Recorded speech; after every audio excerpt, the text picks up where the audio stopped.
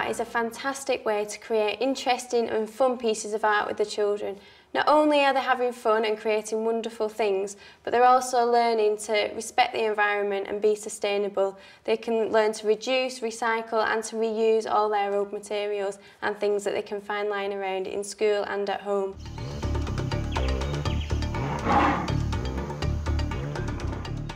What we're going to be doing this morning, we're going to be doing some junk modelling on different exotic safari animals. In a moment, we're just going to work in our groups to write down as many animals that we can think of. And the other groups, I'd like you to be thinking about safari animals as you're walking around the classroom, having a look at the different textures, okay? And how we could perhaps use the things or the different materials and containers to make the different animals. It's really important at the beginning of the lesson to focus the children into what safari animals actually are. They did this by writing down things on the whiteboard of different animals, watching a slideshow, some different photos of different animals, and going around the classroom to look at the different materials to really extend their thinking about what animals they may want to create later. Jack and me decided we're going to do a lion. I made a lion's tail. I thought, yeah. What about these? For hooves. Yeah, hooves, yeah. They have a kind of hooves a little bit like that. The nose. What do we talking about? Nose. Managed to think some lots of different safari African animals, okay? Has anyone got any initial ideas, any ideas to begin with about things they could do or different materials that they could use? They have like paper like off skin of animals, so you can get like boxes and stick them over so it'll look like the animal. Excellent, so you're not focusing so much on the material, but you're looking at the design of the paper and you think that could work, right? That's a really nice idea. Doing a flamingo with that pink wool there. All right. Now, I did wonder what that pink would be good for. Some really good stars there, well done. The next part of the lesson is really important that the children actually get the opportunity to plan what they're doing. It's one of the first times they sit down within the group, start working collaboratively and actually put their ideas together. With 3 children in a group, they may not necessarily have the same idea, so it's up to the children to discuss and try to come to a solution and decide on one animal that they might like to make. The planning stage is crucial because it allows them to think ahead what they're going to do and to try to envisage any problems that might happen and try to overcome them before they actually happen. What about a box for the body? 2 boxes for the body.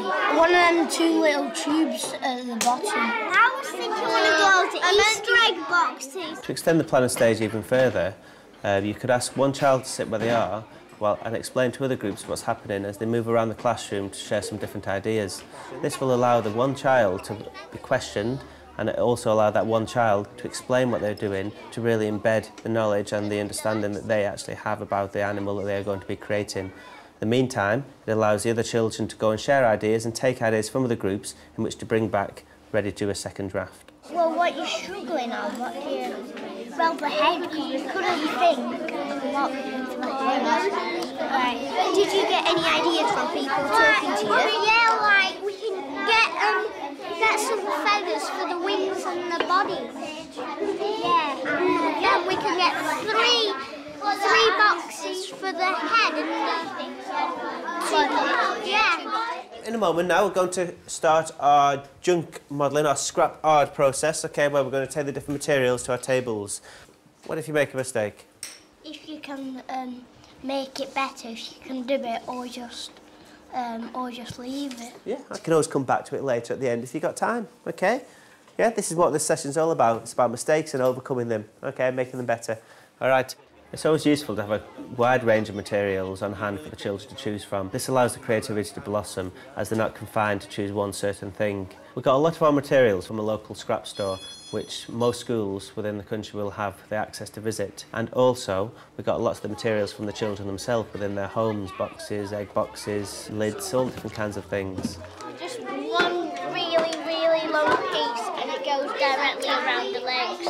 Lots of people have done some different kinds of animals. I can see the way you've used different kinds of scrap really effectively to do different parts. Scrap's a really good material to use because it's environmentally friendly, it's available, and it allows the children to be creative. This is Percy the parrot, and we made him in our great lesson. If we were just learning about animals, it'd just get a bit boring, but we get to make them instead. And that's quite fun.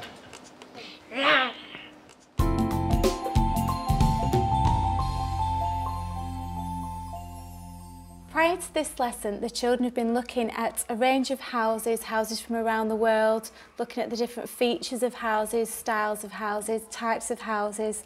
We've designed and made our own houses on 2D.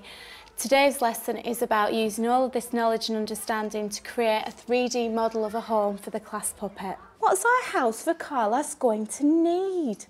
It's going to need windows. Why does it need windows, Ishmael? Because the sunshine will come inside. Oh, that's a lovely reason. Do you like looking outside the window, Carlos? And what do you like to look at? I know, he likes to look at the birds. Puppets can make lessons lively and interesting, and we found that children find it easy to engage with them. Using Carlos in this project brought it to life. They had a reason for making their house, and they really wanted him to have a home so that he wasn't feeling lonely at the nights. What we're going to do is we're all going to go off into a group, and in your group there will be 5 children, and you each need to decide what role you're going to take. Okay, are you ready to go to your groups? Think about what you would be good at doing. Okay, off you go. I'm going to collect lots of things. You're good at collecting things, so what role would you be good at, Sarah? You'd be good at being a resource manager. You're good at looking at the clock and making sure that we stay on task and we get it finished on time. Well done. What about you, Ethan? What would you like to do? We need somebody to record. We need somebody to be team captain and make sure that everybody listens to each other and everybody works collaboratively. We know that word, don't we? It means that we all work together as a team. You're going to have 20 minutes now to get all your resources to make your house. Now remember, resource managers, it's your responsibility to go and get the items, but teams, you need to make sure they know what they're getting. Have you got the main shape of your house? So do you think it might be a good idea to get that first? You need to tell your resource manager what you need. Teamwork is an essential part of this lesson. The children are only year 1 and are still learning and developing communication skills. Through this activity, they are learning to work collaboratively, share ideas, discuss ideas and take on the opinions and views of others. 20 minutes is up now, timekeepers. The bell has gone. We all need to put down our tools. Give yourself a big clap. Well done. Now teams, what I'd like you to do is present your house to the other teams. Can you do that? A lock for his key. Does your door have a special lock so you can lock it? Well done. And is it big enough for you, Carlos? Let's stand you next to your house. Oh, yes, I think he can fit in there. Do you like it? That's a big yes from Carlos. Give this team a clap. Well done. Using the scrap materials promotes creative thinking. The children are studying the tactile and visual elements of all the resources and looking at how they can be used in their designs. It's fun, it's creative, and it really stimulates thought.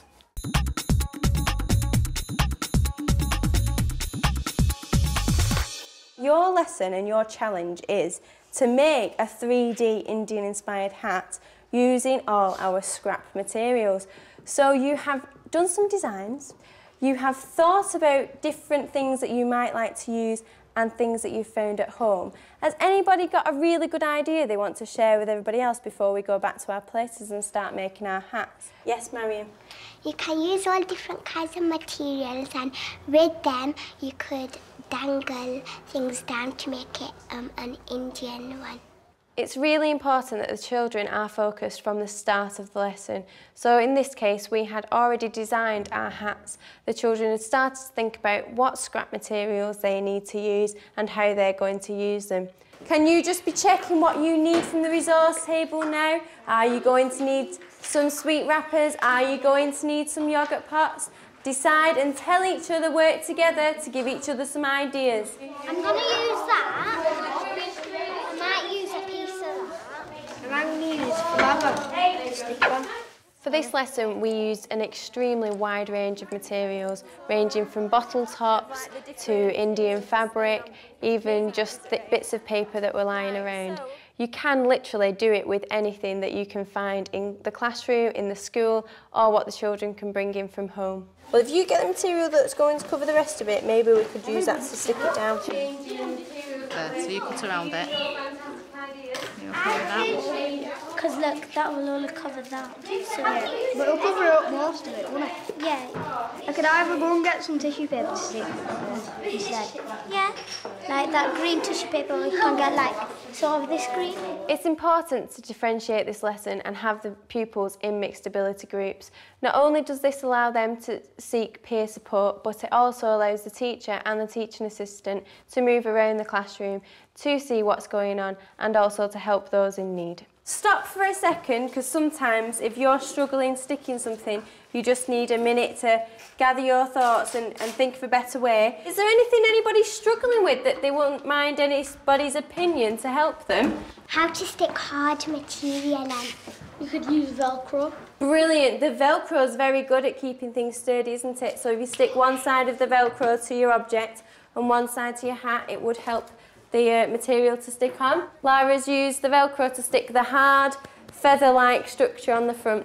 By using scrap art and different junk materials, the children are able to explore without feeling guilty for wasting different materials. It allows them to problem solve and make mistakes in a fun and creative environment. It's very fun to make the Indian hat because Indian hats are very creative and beautiful. All different materials what my mum doesn't need.